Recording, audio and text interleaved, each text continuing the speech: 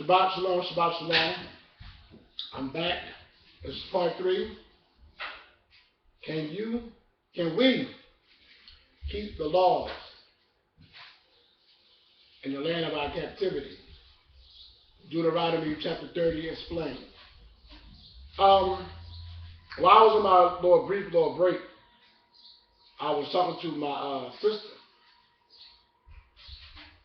and nothing into what we were talking about, but some of the things we were talking about having to do with the laws. According to the scriptures, are we allowed to practice our religion? And I use the word religion because that's how they have it inscripted in the Constitution.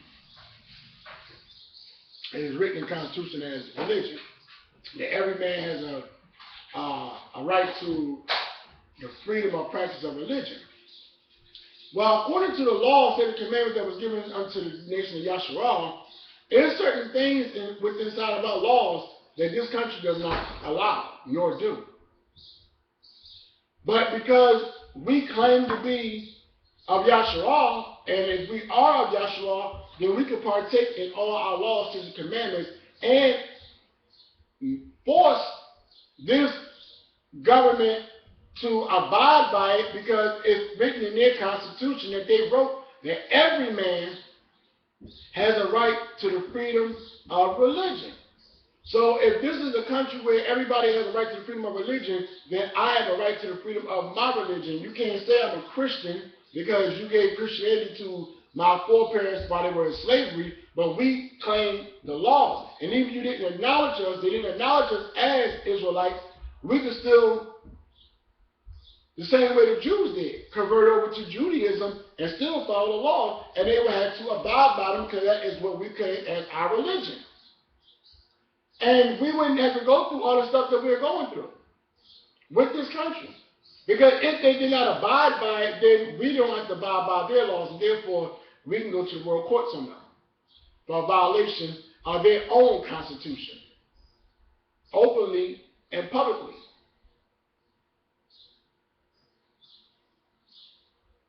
It's just like them violating the treaties that they make with other countries. And when they violate them, the world courts come about. You know, they all got something to say about, well, you're violated, and it's to be brought before the world courts.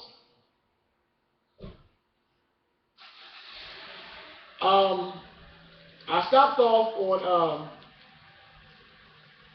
Deuteronomy chapter 11, verse 18. I was going to read 18 over again.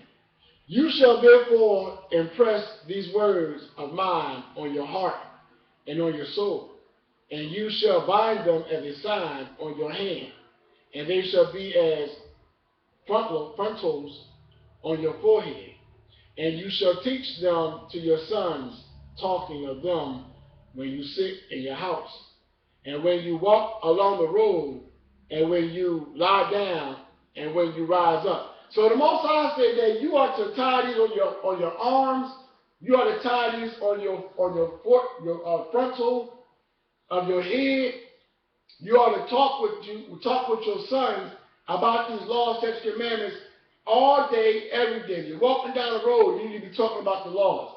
If you're laying down, you need to be laying down talking about the laws. Rising up talking about the laws. See, our people do not want to deal with the laws because they are lawless people. Those who reject the laws, they don't reject the law. They reject the lawgiver, which is the Most High. So they don't reject me when I say to Aki, the law says Shabbat is from this time and that time, and you're supposed to do Shabbat. And they say, well, I'm not doing that, and I reject that. That's your philosophy. They're not rejecting me. They're rejecting the lawgiver, which is the creator of all things, of heaven and earth, and all that is, and all that was, and all that shall be. They're not rejecting me. They're rejecting the one who sent me. When an Isha that's married doesn't want to follow the laws and statutes and commandments that the Most High has given unto her husband to teach unto her, she's not rejecting her husband. She's rejecting the Most High. She's rejecting the Messiah. She's rejecting the lawgiver. So when you reject these laws, you're not rejecting the person that's putting them in front of you and telling you and teaching them, and your counselors and your judges and your mores and your priests and your teachers and the Akis and the Kodis that's telling you. You're not rejecting them. You're rejecting the commander-in-chief, the supreme being, the controller of every single thing that is, the one who sends out spirits for vengeance. Let me make this perfectly clear to you. That he created spirits for vengeance. And a lot of people don't understand that vengeance is coming towards you for not keeping these laws, statutes, and commandments. And then when the vengeance comes toward you, when these spirits come upon you, they're going to rip you into pieces. These spirits are not going to let go of you. They're not going to let go of your household. The Bible says that it's going to be in your house, like a flying scroll, all through your house. That's why your house will not have peace, because those spirits that are created for vengeance are all through your house, causing all kind of havoc because you did not want to keep the laws. So you allowed them to come in there, especially those of you who deal with foreign gods, those of you who deal with spiritists and mediums and go a different route other than the scriptures to try to get spirituality. You open up portholes for some very powerful demons to come into your home, and you will suffer for them.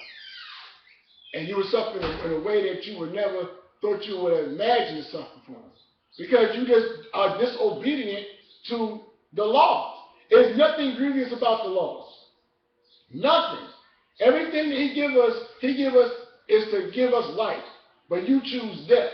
So therefore, because you chose death, you chose to walk away from the laws, you chose to walk away from your husband, which is the Messiah, you chose to follow after false gods, follow after your other lovers, to play the harlot. He rejects you. And once he rejects you, he takes away everything that he is supposed to supply you with as a husband. He takes away your protection. He takes away your bread. He takes away your water. He takes away everything that a husband is supposed to supply his wife with. He takes those things from you because you decided to go play the harlot by breaking these laws, statutes, and commandments. You shall therefore impress these words of mine on your heart and on your soul, and you shall bind them as a sign on your hand, and they shall be as a frontal on your forehead. Now back to Exodus 21. So what I'm getting at is that, Deuteronomy chapter 30 tells us that we are to, let me not paraphrase, let me just read it. Deuteronomy chapter 30, this is dealing with those that's in captivity. It says, so it shall be when all of these things have come upon you, the blessing and the curse which I have set before you, and you shall call them to mind in all nations where the Master your Elohim has banished you, kicked you out into, and you return to the Master your Elohim and obey him with all your heart and soul, according to all that I command you today, you and your sons, then the Master your Elohim will restore you from captivity and have compassion on you, and will gather you again from all the peoples where the Master your Elohim have scattered you. So he said, then, when you return back, all that I command you today, and what he commanded was when they was at the mountain, and they saw the smoke, and the mountain trembled, and the people said to Moses, let you talk to us, but let not the Most High talk to us, because they was afraid. What he commanded them that day was 10 commandments. And, as it says right here in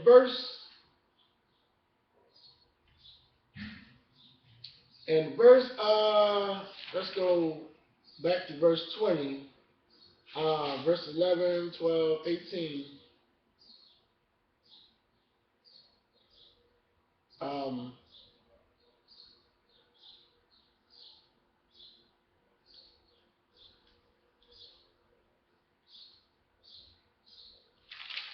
He gave them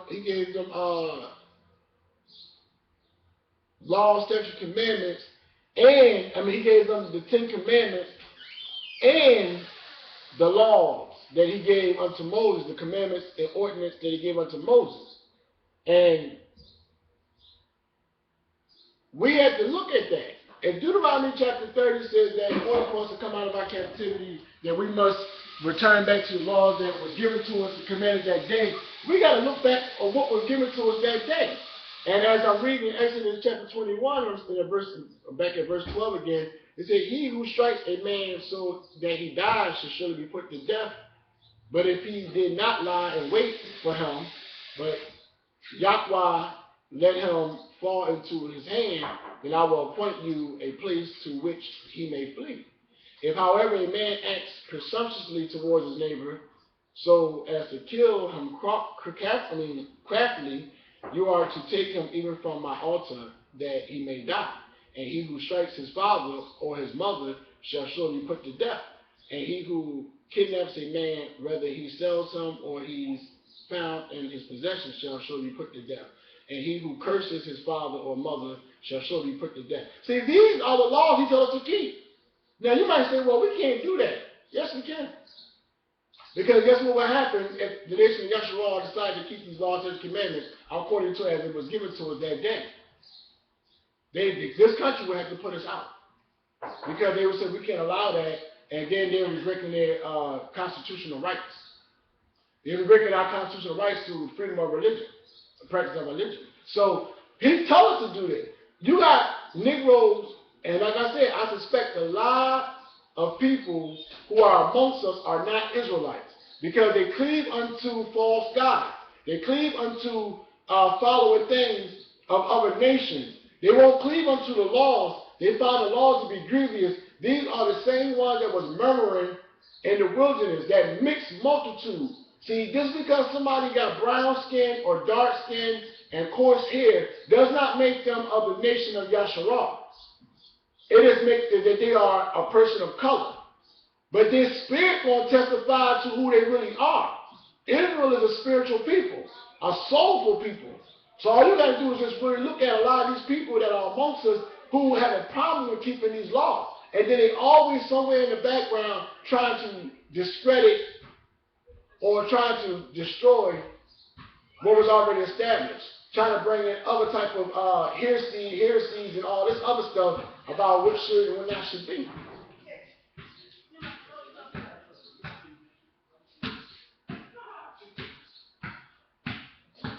So therefore, you have to understand that in order for us to make a distinction between Yahshua and the mixed multitude, we got to start pumping these laws and pumping the way that the Most High tells us to follow them. Then you're going to see how many people are going to walk away from these laws. Those who do not keep these laws, that call themselves of Yahshua, you're going to see them cleave unto what their forefathers used to keep. Egyptology. The ways of the Africans. You're going to see them cleave into the African symbols. African symbolism. And when I say African, I'm really talking about the Jebusites, the Perizzites, the Hittites, and the Amorites. I'm talking about those nations of people who was a mixed multitude amongst Yahshua when we came out of Egypt. See, we got a lot of mixed multitude right now, cleaving unto the nation of Yahshua, who think they might be Yahshua, but their spirit will not take in the laws. They will not take in the laws, nor can they follow them, because it is not of their custom. They was given the moon, the stars, and all the hosts of heaven to worship. That's why they have no problem dealing with Egyptology, or the way of the Nanubians, or the Nawubians, or following and following doctrines of people who talk about Africa. Because that's where their heart is. Your heart is where your home is where your heart is. So most people who follow after that type of custom is because their heart is geared toward their forefathers and their ancestors, the spiritual essence they had, the spiritual connection they got with Africa, or the Africans, or the Jebusites, the Hamites, the Perizzites, or whatever you want to call them, people of the Hamitic tribes, or those of the Ishmaelite tribes, or those who were of other nationalities that were mixed in, you would see them by their fruits, because they cannot follow after the law, statutes, and commandments of the Most High, because it was never given unto them. Now the ones that do are the ones that the Most High says in the book of Amos, chapter 9, that are called by his name, that will cleave unto the house of Israel. We're going to possess them in the land of our forefathers when we go back to possess them. Go back to possess our land. These people that's going to cleave unto us and cleave unto the house of Jacob, and we're going to take them captives, who captives we were. These people are going to follow the laws and the commandments of the Most High. They're going to do it because they were chosen from the foundation of earth to be servants unto YOSHSHAALIA. But the other people who are confused in their mind about these laws, who turn around one day they say they're Israelite, next day they up there worshiping the Nawabians and studying from there. These people are searching for their God, and they can't find their God inside the Bible. That's why they search outside the Bible, because they can't find their God inside the Bible. That's why they can't follow the law. Just look at them. Look at them. I mean, you really need to start looking at people who are around you who say they're YOSHSHAALIA. Just check them out. Check out everything about them. You will see that they don't have the same type of swag that YOSHSHAALIA has. You'll see that everything about them is totally different than YOSHSHAALIA, other than the color and the texture of the hair. They don't have that same spirit. They got a spirit of something else. Look at some of the, next time when you look at the National Geographic, or you look at some of the Hamite tribes, look at how the women are shaped. Look at how they walk. Just take a look at how they walk, how they talk. Look at the features. Look at them. And then look at some of the Israelite brothers and sisters that call themselves Israelites around you, and see if they don't match up with the tribes that's out there. Just watch and look. See, I've been taking a notice of a lot of things, and Shabbat brought it out last night. You know, when I was watching the video of the Passover, he brought it out last night that not everybody that's inside of the nation of YOSHSHAALIA who say that YOSHSHAALIA is of YOSHSHAALIA. Because you can tell they have a problem keeping these laws. And you got to be careful dealing with certain individuals, because what they do is, behind your back, they will go and try to discredit you. If you compromise on one thing or do something out of the ordinary, they're going to throw it back in your face, and they're going to go behind your back and say, well, he don't keep Shabbat like this all the time, or he don't do it the way y'all say y'all do it in y'all play. This is what they do. They always somewhere in the background trying to tear down Israel. Because that's what they did in the past. They did it in the past. They were always somewhere in the background running their mouths, you know, causing all kind of heresies, because that's the only thing they can do. They're in the background talking. They'll call up this person and then call up that person, and then they'll tell about you, because they can't keep the laws. They have a problem doing right. So what they do is to cover themselves so they won't be found out that they're sinners and that they really are not what they claim to be. They're going to discredit the person that is keeping the laws, statutes, and commandments around them. They're going to do everything in their power to try to break that person down, so when it comes down to it, it's that person's fault that I'm not keeping the law. No, you just a law breaker, and death is coming your way. Death and the sword is coming your way, and that's what I no doubt you will be chopped into pieces. You won't die, because all you're doing is justifying why you are a sinner, why you can't keep the law, why you a lawbreaker. And then you have to understand something. These laws are not grievous. I just read how you deal with a situation with kidnapping, with somebody killing somebody. Now, verse 18, we're going to look at. It says, let's go to verse 16. And he who kidnaps a man, whether he sells him or he is found in his possession, shall surely be put to death. And he who curses his father or mother shall surely be put to death. And if men have a quarrel, and one strike the other with a stone or with his fist, and he does not die, but remain in bed, if he gets up and walk around outside on his staff, then he who struck him shall go unpunished. He shall only pay for his loss of time. He shall take care of him until he is completely healed. So if you hurt somebody and you hurt them to the point where they couldn't go out there and work, you had to take care of them. And everything that they lost, as far as wages, working or crops that could not be tended to, you had to reverse them for that. If they didn't die. And if a man strike his male or female slave with a rod and he dies at his hand, he shall be punished. If, however, he survives a day or two, no vengeance shall be taken, for he is his property. And let's jump around a little bit. Let's look at some other laws. Property rights. If a man steals an ox or a sheep and slaughters it or sells it, he shall pay 5 oxen for the ox and 4 sheep for the sheep. If the thief is caught while breaking in and is struck so that he dies, there will be no blood guiltless on his account.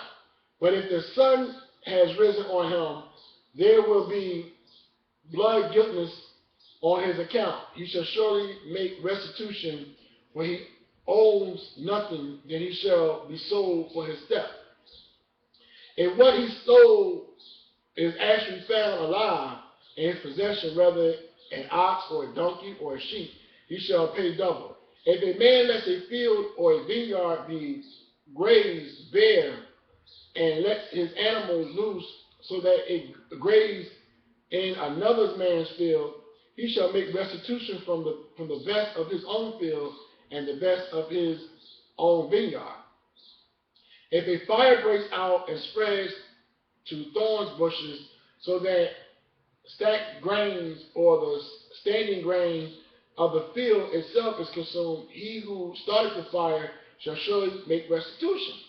If a man gives his neighbor money or goods to keep for him, and it is stolen from the man's house, if the thief is caught, he shall pay double. If the thief is not caught, then the owner of the house shall appear before the judges to determine whether he laid his hand on his neighbor's property. So we have these laws that was given to us at the mountain by the Messiah unto Moshiach, unto the people, and Moses gave it unto us. And Deuteronomy chapter 30 says that we have to keep these. We have to go back and turn to these laws that I gave you this day. What day? The day they stood in front of the mountain of Horeb and the mountain of smoke. These same laws we got to go back to, all of them, except for the laws that were done away with. A lot of people find this to be grievous. Now we're going to look at, we're going to jump to chapter 23 of Exodus. You shall not bear false report. Do not join your hand with a wicked man to be a malicious witness. You shall not follow a multitude in doing evil, nor shall you testify in a dispute so as to turn aside after a multitude in order to pervert justice. Nor shall you be partial to a poor man in his dispute. If you meet your enemy's ox or his donkey wandering away, you shall surely return it to him. If you see the donkey or one who hates you lying helpless under its load, you shall refrain from leaving it to him. You shall surely release it with him. So if you saw your neighbor that you don't like, donkey, has fallen down, and the load that was on his back was so heavy it had made him fall down, you should take that load off that donkey's back, even though you don't like your neighbor, and release that donkey. Verse 6, you shall not pervert the justice due to your needy brother in his dispute. Keep far from a false charge, and do not kill the innocent or the righteous, for I will not acquit the guilty. Now I'm going to break that down about killing the innocent or the righteous. You know, you can kill a person by assassinating their character. When you bring false accusation against a person, that's killing them. false accusation is murder. Some people will bring false accusations against you because you stand for these laws. And the Most High is going to deal with them in a way that they've never been dealt with before.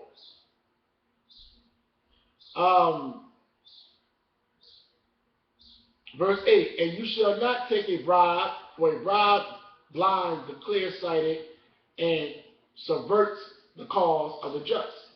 And you shall not oppress a stranger, since you yourselves know the feelings of a stranger, for you also were strangers in the land of Mizraim, which is Egypt.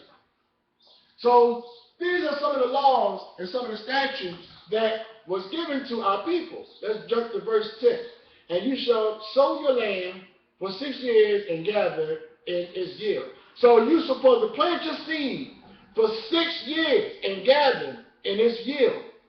But on the 7th year you shall let it rest and lie fallow, so that the needy of your people may eat, and whatever they leave, the beasts of the field may eat. You are to do the same with your vineyards and your olive groves. Now let me just go over that real quick. The reason why you have a lot of farmers land not producing food because of droughts, also because they have never allowed their land to rest. They have never allowed their land to rest. They have plowed their land. They have sown their seeds, and they have gathered from their land from the time that land was passed on to them from their grandfathers, fathers. So we can go back maybe about 50, 60 years. They have never let the land rest. 100 years they've been growing crops. Only the time they didn't grow crops or plant when they couldn't. But if they could, they did. Never giving the land any type of rest, and they reduced the nutrients of the soil to nothing.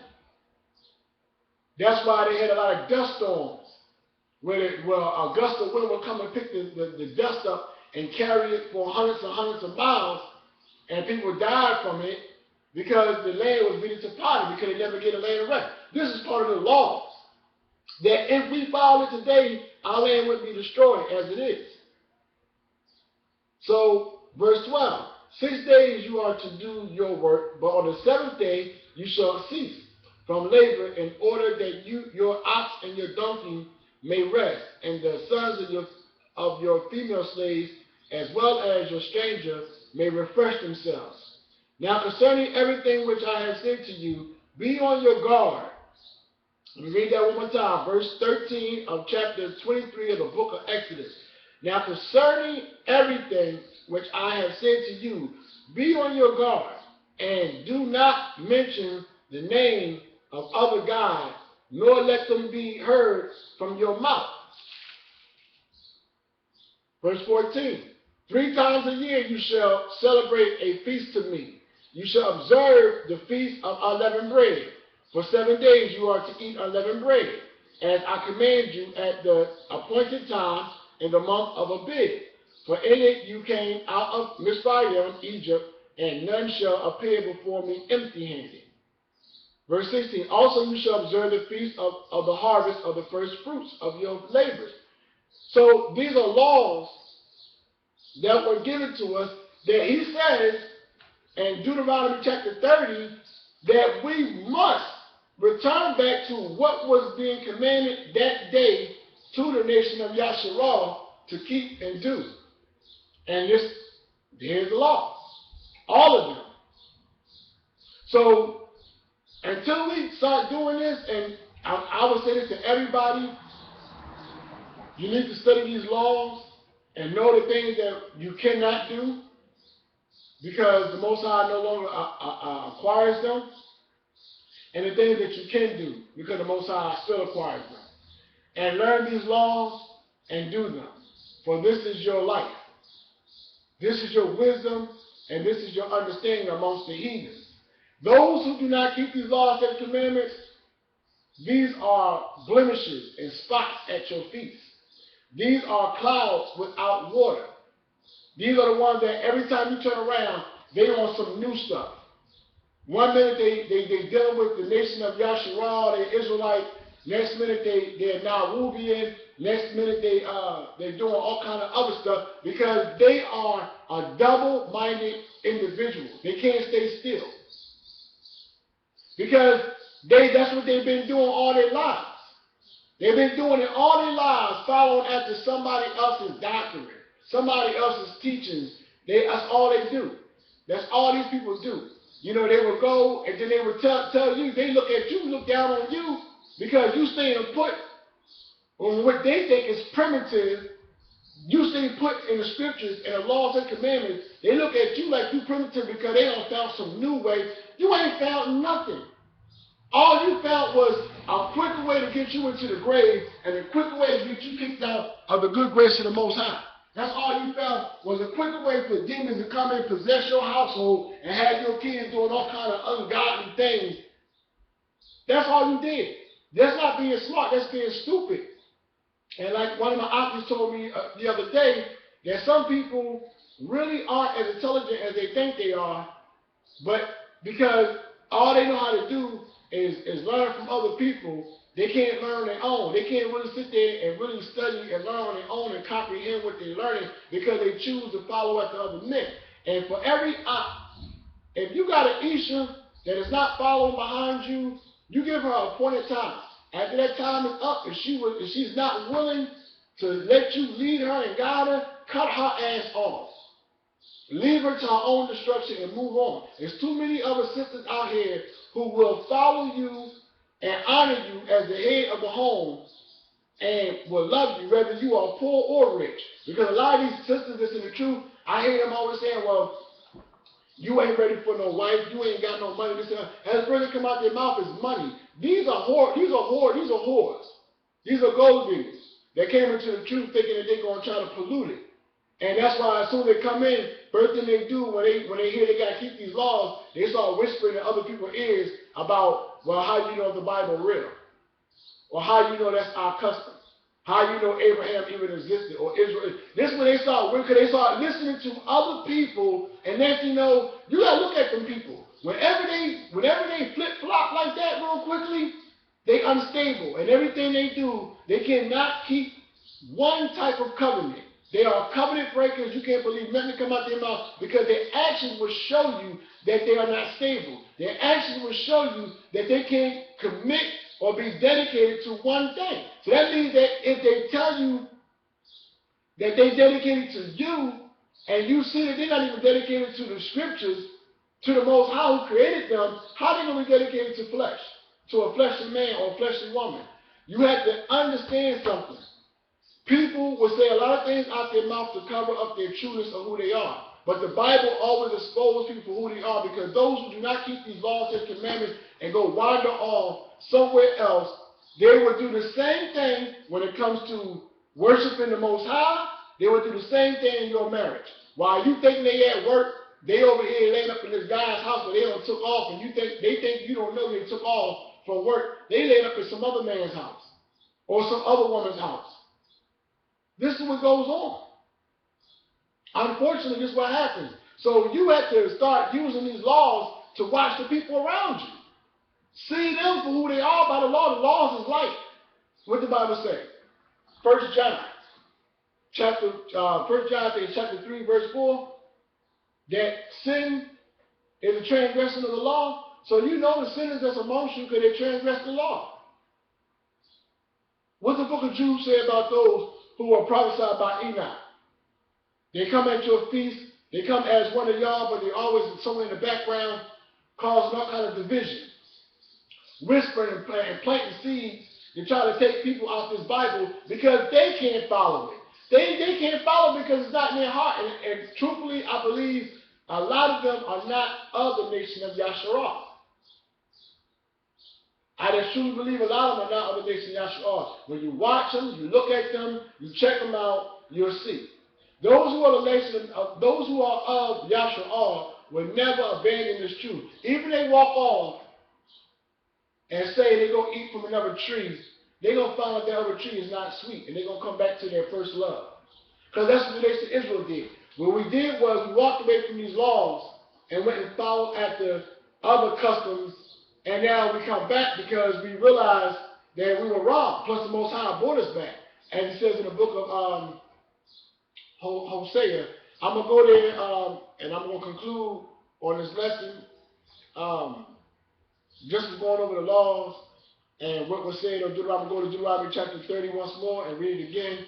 And just to recap what was said to us, who was talking, and what it is that we're supposed to keep without a shadow of a doubt. It tells us here in Deuteronomy chapter 30 that it says, Deuteronomy chapter 30 verse 1. So it shall be when all these things have come upon you, the blessing and the curses. So we know we go to Deuteronomy chapter 28, the blessing and the curses talk to us about if we keep the commandments, we keep the statutes, we keep the laws, then he will bless us. Blessed we should be in the field, blessed we should be in the city, blessed be in the house, blessing of the fruit of our loins, etc., etc., etc. So here we in Deuteronomy chapter 30, it says, it shall be when all these things have come upon you, the blessing and the curses. The curses was if you did not keep them, which I have set before you, and you shall call them to mind in all nations where the Master your Elohim has banished you, and you return. That's just the precept on return. Just to see what it says in this Bible dictionary, in the Hebrew Chaldeans dictionary, 7725. Let's see what it says about the word return. 7725. And I'm going to finish this up. This is the last lesson on this. I might do another lesson later on. 7725. 26. Oh, 25 is here. Okay. Prime root to turn back. Hence away. Trans. Intrans.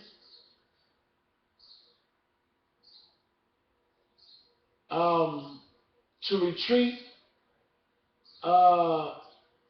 break, build, circumcise, anything to do evil, feed, lay down, lie down, lodge, make, rejoice, sin, take, weep, again, answer, any case, wise, and all, averse, bring again, back home again, call to mind, carry again.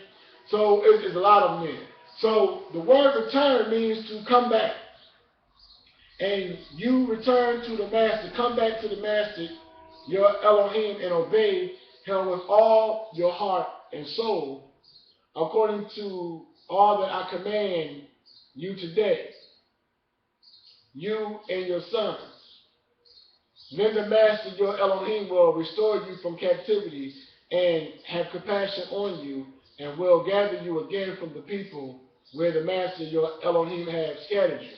So, in order for us to be gathered back out of the lands of our captivity, we must return back to the laws and commandments that in Deuteronomy chapter 30, verse 2, where it says, all that I command you today. All that I command you today. Whatever Moses was commanded to them that day, and we know what he was commanded to them that day, was all the laws, all the statutes and commandments. He says to do this, and when you do this, then I will return you from your captivity. So those who say that we can't keep the laws in the land of our captivity, they are lying to you. Those who do not want to keep these laws in the land of our captivity, they will never leave the land of captivity. They're going to die here.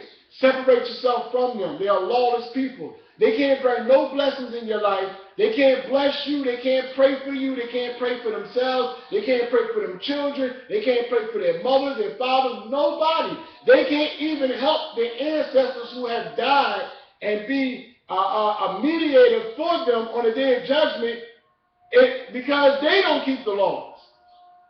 So they can't even help their own mothers and fathers who have died, that might not make it into the kingdom because of committing sin before they died. The only descendant that they might have is you, and yet you won't even do the proper thing for your mother or your father or your sister or your brother that has passed on by keeping these laws. so that the Most High can bless you. And we ask you, do you want anything? You can say, I want my brother who did not keep your laws. If you will bless me, I would like my brother to make it into the kingdom. And to change him into a righteous person and let him come into the kingdom, even though he don't deserve it, because none of us deserve it. But if you give me you show me favor, if you give me desire of my heart, I desire for my mother or my father who passed away to come into the kingdom. If you see favor in me for keeping your laws, statutes, commandments with all my heart and all my mind, all my soul, you might be able to bring them in who can't get on their own.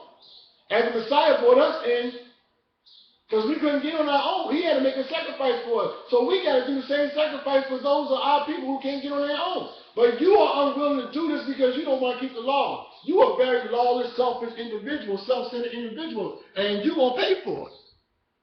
Mark my words. Mark the words of the Bible. You're going to pay for them because you are lawless. You don't realize that when you are given an opportunity to learn the truth of these laws, and you walk away from it, or you cause problems, or you try to, bring division, or you try to bring in some false doctrine because you don't want to keep these laws, all you did was condemn yourself to death.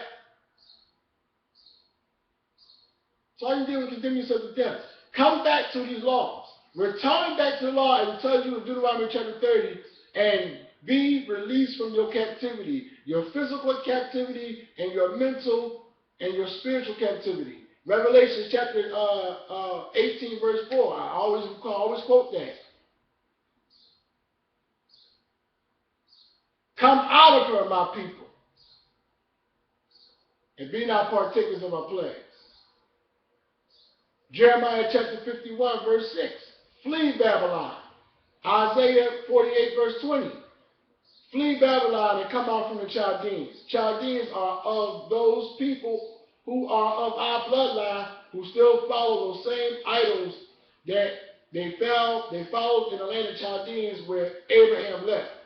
Come out from among them. Go back to the law, statutes, commandments. This is our way of leaving out of this country. This is our way of making this government do the right thing or releasing us out of this country. This is our way of preserving our areas where we live at and protecting our children and our elderly and our women and our daughters from harm by keeping these laws. If we as a nation of YOSHSHAALIA can agree on one thing, let's agree to keep these laws, statutes, and commandments so that we can protect ourselves against those who are outside of us who want to bring harm to us. By us cleaving to our laws, what we do, we make it nationally known and internationally known that we are YOSHSHAALIA and we follow the Torah and the law, statutes, commandments given to Moshiach, to the people of our ancestors, and this is all of us together. And the land that we live in says that we have a right to the freedom of religion. Make them keep that promise that we do have a right. And if they break it, for whatever reason, then we bring it to the world courts. We're going to bring it to the world courts anyway, eventually. When we bring it to the world courts, if they don't keep, if they break their own covenant that they made in the Constitution, and if they break that,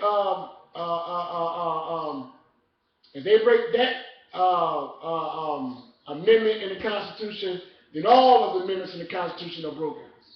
You have been listening to Yermiyah, YOSHSHAALIA, Benyahrael, and this is Real Talk. Shabbat Shalom to all my Akis and Akolis who are diligently keeping these laws, statutes, commandments, who are diligently seeking the Most High with all their heart, all their mind, and all their soul, who love the brotherhood and would die for the brotherhood, and for all my other Akis and Akolis of my people who bring in all this division, all these problems, you better watch out because you are a danger to yourself and to your family, and you are just like a piece of wood that is rotten. You need to be taken and thrown into the fire and burnt up. And for some of y'all need to, some of y'all need to examine your hearts because you're confused. and a confusion has come in, you need to examine your heart and go to the Most High. But for the rest of y'all stiff-necked nations that won't listen, I ain't got nothing to say to you, bro. Whoa. Shabbat shalom.